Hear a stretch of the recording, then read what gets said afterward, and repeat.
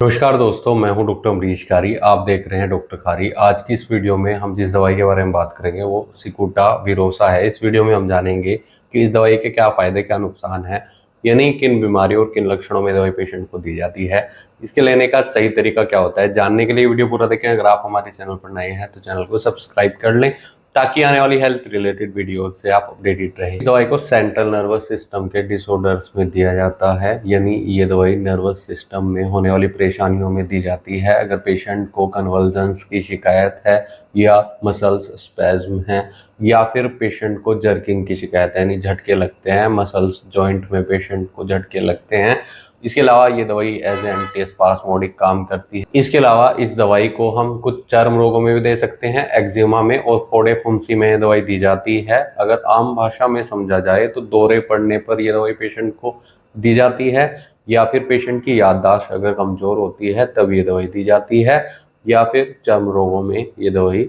दी जाती है। यानी इसके जो यूजेस रहते हैं वो नर्वस सिस्टम पर रहते हैं। अगर नर्वस डिसऑर्डर की शिकायत पेशेंट को है तब ये दवाई इफेक्टिव रहती है। अब सिम्टम्स जान लेते हैं कि किन सिम्टम्स में दवाई पेशेंट को दी जाएगी। जब पेशेंट को दौरे पड़ेंगे तो उसका सिर एक तरफ टर्न हो जाएगा, ट्विस्टेड हो जाएगा, साथ में जो सर्वाइकल मसल है वहाँ पर पेशेंट को कॉन्ट्रैक्टेड महसूस होगी, साथ में वर्टिगो यानी पेशेंट को चक्कर आएंगे और अचानक से एक वॉयलेंट शॉक लगेगा सिर में पेशेंट को।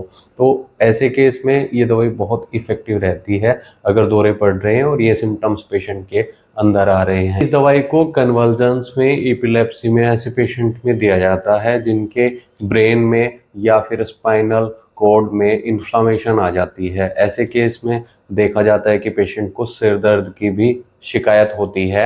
ये दवाई ऐसे केस में बहुत इफेक्टिव रहती है। ऐसे पेशेंट में देखा जाता है कि उनकी आंखों की पुतलियां फैल जाती हैं, पेशेंट को पेट में दर्द महसूस होता है और जो मांसपेशियां होती है उनमें ऐंठन के साथ दर्द आता है, यानी मस्कुलर स्पैज्म में ये दवाई बहुत इफेक्टिव रहती है, एज एन एंटी स्पास्मोडिक काम करती है। इसके चर्म रोगों के सिम्टम्स की बात की जाए तो एक्जिमा में ये दवाई पेशेंट को तब दी जाएगी जब ड्राइनेस पेशेंट की स्किन पर देखने को मिलती है, या छोटे बच्चों में इरप्शंस होते हैं, रैशेस होते हैं, ड्राइनेस देखने को मिलती है, रेडनेस आ सकती है, ईचिंग बहुत ज़्यादा होती है। ऐसे केस में फोड़े फुंसिया हो, एक्जिमा हो तो ये दवाई बहुत इफेक्टिव रहती है। अगर इसके और सिम्टम्स की बात की जाए ना तो पेशेंट को प्यास बहुत ज़्यादा लगती है और पेशेंट को जलन भी रह सकती है। ऐसे केस में हिकअप्स की भी सिम्टम्स देखने को मिलते हैं, यानी पेशेंट को हिचकियाँ बहुत ज़्यादा आती हैं, इंडाइजेशन यानी अपच की शिकायत होती है, चारकोल खाने का पेशेंट का मन करता है, चौक खाने का मन करता है, और ऐसे पेशेंट में पेट में थ्रोम्बिंग टाइप का दर्द होता है, नोजियाटिक पेशेंट कई बार फील करता है। पेशेंट को फ्लैचुलेंस यानी गैस की शिकायत होगी, साथ में एंजाइटी होगी, और जिन लोगों में कन्वल्जन्स होता है उनमें कॉलिक पेन भी होता है, पेट में दर्द भी होता है। ऐसे केस में ये दवाई बहुत इफेक्टिव रहती है जिन लोगों को पेट के सिम्टम्स देखने को मिलते हैं। ऐसे पेशेंट में सुबह उठते ही डायरिया लगता है, लूज मोशन लगते हैं, रेक्टम में ईचिंग होती है और साथ में अर्ज टू यूरिनेट के सिम्टम्स भी देखने को मिलते हैं, रंबलिंग साउंड सुनाई देता है पेट में,